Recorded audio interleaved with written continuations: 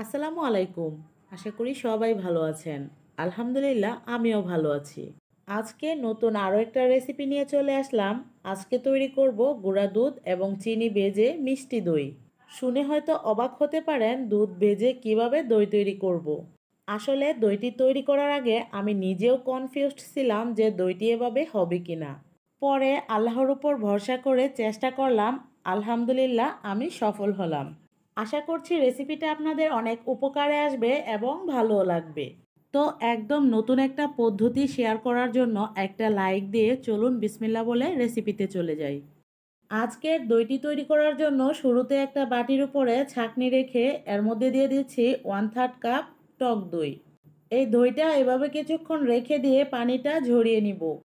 এখন চুলা একটা হাঁড়ি বসিয়ে দিয়েছি।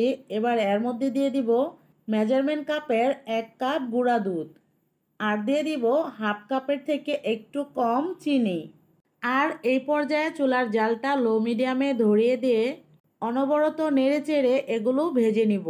এই পর্যায়ে নাড়াচাড়া বন্ধ করলে কিন্তু নিচ থেকে পোড়া লেগে যাবে। গরমের সিজন প্রায় লাস্টের দিকে, কিন্তু হঠাৎ এত বেশি গরম পড়লো যেটা আসলে কারোরই সহ্য হচ্ছে না। তাই আমার মাথায় হঠাৎ এই বুদ্ধিটা আসলো যে এখন যদি দই তৈরি করে ফ্রিজে রেখে ঠান্ডা করে খাওয়া যায় তাহলে মন প্রাণ একদম জুড়িয়ে যাবে। আর যেই ভাবনা সেই কাজ। দেখুন আমি 2 মিনিটের মতো দুধটাকে ভেজে কালারটা একটু গাঢ় করে নিলাম। এবার নিয়ে নিচ্ছি মেজারমেন্ট কাপের 3 কাপ পানি। আর এই সম্পূর্ণ পানিটা আমি দুধের মধ্যে দিয়ে দিব। মনে রাখবেন 1 কাপ গুঁড়া দুধের মধ্যে 3 কাপ পানি দিলেই হয়ে যাবে। এর থেকে বেশি দেওয়ার প্রয়োজন নেই, তাহলে এটা অনেকক্ষণ যাবৎ রান্না করতে হবে। সম্পূর্ণ পানিটা দিয়ে অনবরত নেড়েচেড়ে রান্না করে নিতে হবে। তা না হলে দুধের ওপরে সর পড়ে যাবে আর এই দুধ দিয়ে দই তৈরি করা যাবে না। আর গুঁড়া দুধ দিয়ে দই তৈরি করার জন্য অবশ্যই যে কোনো ব্র্যান্ডের ফুল ক্রিম গুঁড়া দুধটা নিতে হবে। আমি আজকে ডিপ্লোমা ফুল ক্রিম মিল্ক নিয়েছি। আর আমি যেই পরিমাণের দুধ নিয়েছি এই দুধ দিয়ে পুরা 1 কেজি মিষ্টি দই হবে। আর দুধটা জাল করতে করতে যখন একটা বা দুইটা বলক চলে আসবে তখনই এটা চুলা থেকে নামিয়ে নিতে হবে। আমিও দুধের মধ্যে 2টা বলক তুলে নিয়েছি। এবার এটা চুলা থেকে নামিয়ে নিব। দুধটা চুলা থেকে নামিয়ে একটু নেড়ে চেড়ে ঠান্ডা করে নিচ্ছি। এখন আমি চুলায় আরেকটা প্যানের মধ্যে 2 টেবিল চামচ চিনি দিয়ে দিচ্ছি। এই চিনিটা দিয়ে আমি ক্যারামেল তৈরি করব। চিনির কালারটা যখন চেঞ্জ হয়ে লালচে হয়ে গিয়েছে ওই পর্যায়ে নেড়ে দিচ্ছি যাতে নিচে পোড়া না লাগে।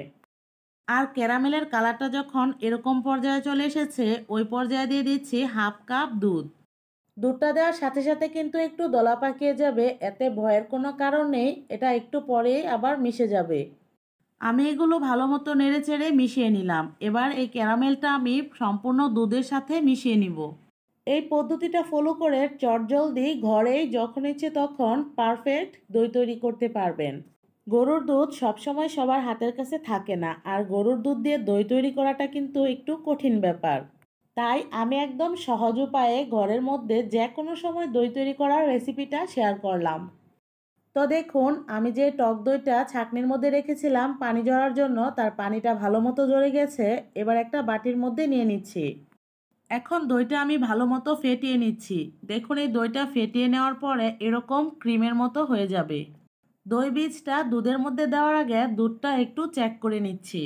একটা আঙুল দুধের মধ্যে রাখলে যদি আর তাপমাত্রা সহ্য হয় বা হয় না এরকম পর্যায়ে থাকে তাহলে দই বীজটা দেওয়ার উপযুক্ত সময় হবে। দুধটা মেশানোর সুবিধার্থে আমি আরেকটা পাত্রের মধ্যে ঢেলে নিয়েছি। এবার সেখান থেকে কিছুটা দুধ টক দইয়ের মধ্যে দিয়ে দিয়েছি। টক দইটা দুধের সাথে ভালোভাবে মিশে গেলে এই দুধটা আমি সম্পূর্ণ দুধের সাথে আবারও মিশিয়ে নিব। এবার দই বসানোর জন্য আমি একদম নতুন মাটির একটা পাত্র নিয়েছি। এই পাত্রের মধ্যে আমি সম্পূর্ণ দুধটা ঢেলে দিব। আপনারা চাইলে এখানে স্টিল, কাঁচ অথবা দোকানে যে প্লাস্টিকের দইয়ের কাপগুলো পাওয়া যায় সেগুলোতেও এই দইটা বসাতে পারবেন। এবার দইয়ের পাত্রটি আমি একটা মাটির ঢাকনা দিয়ে ঢেকে নিয়েছি। আর দইয়ের হাঁড়িটা আমি একটা স্থির জায়গার মধ্যে রেখে উপর থেকে টাওয়েল দিয়ে ভালোভাবে মুড়িয়ে দিচ্ছি। আপনারা অবশ্যই চেষ্টা করবেন দই বসানোর জায়গাটা যেন একটু গরম থাকে। আর অবশ্যই এরকম মোটা টাওয়েল অথবা কম্বল দিয়ে মুড়িয়ে নেবেন। আর খেয়াল রাখবেন দইয়ের পাত্রটা যাতে কোনোভাবে নাড়াচাড়া না লাগে, তাহলে কিন্তু দইটা জমবে না। আমি এটা ভালোভাবে ঢেকে দিয়েছি। এবার অপেক্ষা করব ৮ থেকে ১০ ঘন্টা। তো আমি আবারও ফিরে আসলাম। এবার দেখার পালা দইটা হয়েছে কিনা। আমার আজকের এই দইয়ের পাত্রর মধ্যে কিন্তু অনেক ঝড় তুফান গেছে। আমি দইটা বসানোর ৩-৪ ঘন্টা পরেই হঠাৎ কিচেন রুমে এসে দেখি পিঁপড়া দিয়ে পুরা পাত্র ভরে গেছে। পরে পিঁপড়াগুলো ভালোভাবে ঝেড়ে ফেলে দইয়ের পাত্রটি আবার জায়গা মতো রেখে দিয়ে মনে মনে ভাবছিলাম দইটা জমবে কিনা। তো আল্লাহর অশেষ রহমতে আলহামদুলিল্লাহ আমার দইটা হয়েছে। এত ঝামেলা না হলে হয়তো দইটা আরও অনেক বেশি পারফেক্ট হতো। তো দেখুন আমি এই দইটা একটু চামচের সাহায্যে উঠিয়ে নিলাম। এত শখের দই আর বাচ্চারাও অপেক্ষা করতেছে দই খাওয়ার জন্য। তাই আমি প্রায় কান্না করে দিয়েছিলাম। তবে যাই হোক দইটা হয়েছে আর আমার বাচ্চারাও খেতে পারছে।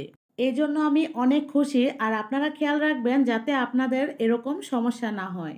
তো আমার আজকের রেসিপিটি ভালো লাগলে অবশ্যই একটা লাইক দিয়ে চ্যানেলটি সাবস্ক্রাইব করে না থাকলে প্লিজ সাবস্ক্রাইব করে নেবেন। আর ভিডিওটা শেয়ার করে দিবেন। তো আজকের মতো এখানেই বিদায় নিচ্ছি। সবাই ভালো থাকবেন, সুস্থ থাকবেন। আল্লাহ হাফেজ।